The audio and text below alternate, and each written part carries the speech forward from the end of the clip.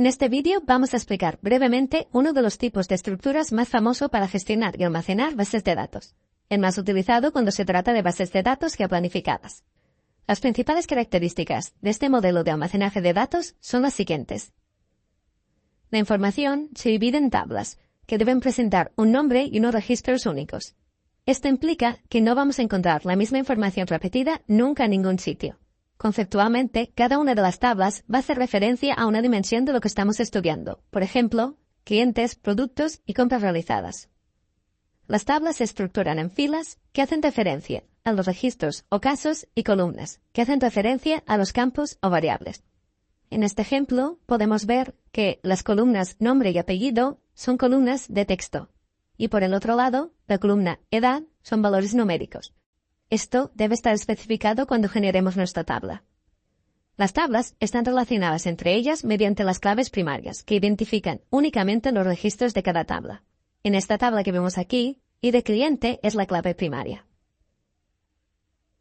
La unión entre tablas se debe realizar explícitamente, y en términos de bases de datos relacionales, se dice que estamos uniendo la clave primaria de nuestra tabla con la clave foránea de una tabla externa. En el ejemplo que vemos aquí, la tabla inferior se une con las dos tablas superiores, ya que ID cliente se enlaza con la superior izquierda y ID producto con la superior derecha. Así, si leemos la primera fila de la tabla inferior, podemos obtener la siguiente información. El cliente Joan Gasull, de 25 años, ha comprado una libreta, a precio de 1,50.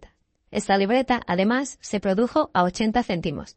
Una parte muy importante de esta información sería redundante si un mismo cliente hubiese comprado cientos de productos cientos de veces, ya que, en un formato de estilo de hoja de cálculo de Excel o un data frame clásico, estaríamos guardando múltiples veces información como la edad o el precio, por ejemplo, cuando aquí solo la almacenamos una vez. Las claves primarias son un tipo de columna o columnas que deben identificar únicamente las filas de cada tabla, a las que llamamos registros, recordemos.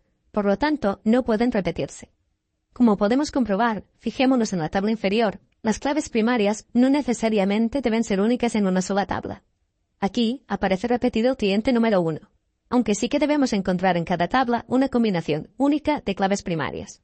En nuestro ejemplo, la unión de ID compra, ID cliente y ID producto generan un registro único. Puedes comprobarlo.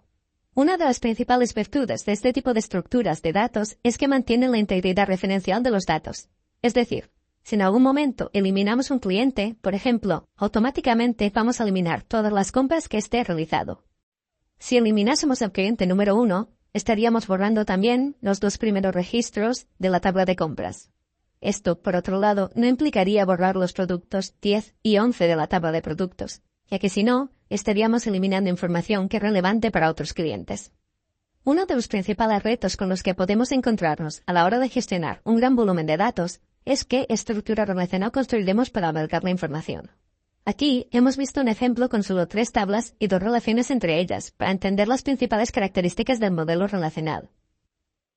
Pero diseñar e implementar una base de datos relacional real no es un proceso simple y requiere considerar muchas relaciones, a la vez que generar muchas claves primarias para mantener los principios de no duplicidad y la integridad de datos correctamente.